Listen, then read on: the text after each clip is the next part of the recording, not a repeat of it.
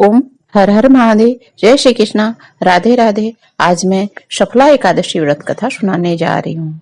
इसे सुनने से सारी मनोकामनाएं पूर्ण होती है। तो आइए कथा की ओर चलते हैं।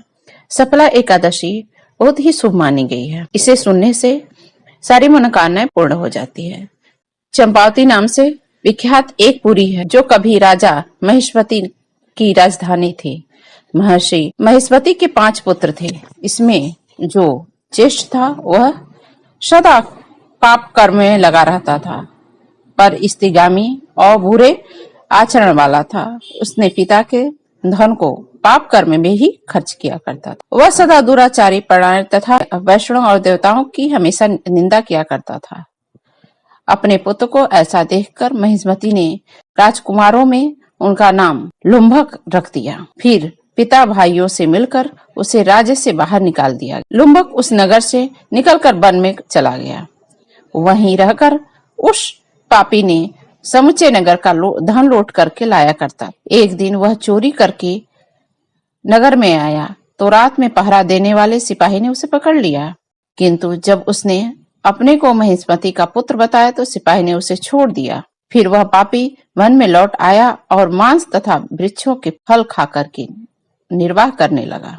उस दुष्ट का विश्राम स्थान पीपल के नीचे था। वहां बहुत वर्षों का पुराना पीपल का एक वृक्ष था। उस वन में वह वृक्ष एक महान देवता माना जाता था। पाप बुद्धि लुम्बक वही निवास करता था। बहुत दिनों के पश्चात एक दिन किसी वंचित पूर्ण के प्रभाव से उसके द्वारा एकादशी का व्रत पालन हो गया। पौष मास में कृष्ण पक्ष की दशमी के दिन पापिष्ट लुम्बक ने वृक्षों के फल खाए और वस्त्रहीन होने के कारण रात भर जाड़े कष्ट भोगा। उस समय न तो नींद आई और न आराम ही मिला। वह निस्माण सा हो गया। सूर्योदय होने पर पापी को होश ही नहीं हुआ। सफला एकादशी का दिन था। वह बेहोश पड़ा रहा। दोपहर होने तक उसे चेतना प्राप्त हुई। फिर इधर उधर दृष्टि डालकर वह आसन से उठा और लंगड़े की भांति पैरों से बार बार लगड़ाता हुआ वन के भीतर गया। वह भूख से दुर्बल और पीड़ित हो रहा था। राजन, उस समय लुम्बक बहुत से फल लेकर के ज्यों ही विश्राम स्थान पर लौटा त्यों सूर्यदेव अस्त हो गए। तब उसने वृक्ष की जड़ में बहुत से फल चुने और निवेदन करते हुए कहा, इन फलों से लक्ष्मीपति भगवान विष्णु संतुष्ट हो। यूं कहकर लुम्बक ने रात भर नींद ही नहीं आई। इस प्रकार अनायास ही उसने इस व्रत का पालन कर लिया। उस समय सहसा आकाशवाणी हुई, राजकुमार, तुम सफला एकादशी के प्रसाद से राज्य और पुत्र प्राप्त करोगे। अच्छा कहकर उसने वह वरदान स्वीकार किया। इसके बाद उसका दिव्य रूप दिव्य हो गया।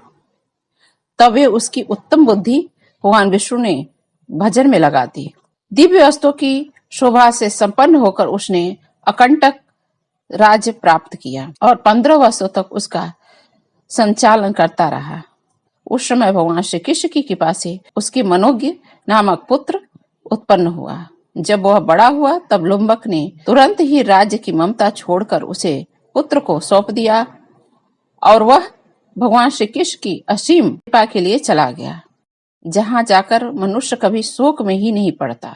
राजन, इस प्रकार सफला एकादशी का उत्तम व्रत करता रहा। वह इस लोक में सुख भोग करके मरने के बाद मोक्ष को प्राप्त हुआ और संसार में मनुष्य धन्य धान से सफला एकादशी व्रत करने से संपन्न हो जाते हैं। उन्हीं का जन्म सफल है जो सफला एकादशी व्रत करते हैं। महाराज, इसकी महिमा को पढ़ने सुनने, इसके बाद अच्छा आचरण करने से मनुष्य राजसूय यज्ञ का फल प्राप्त कर लेता है।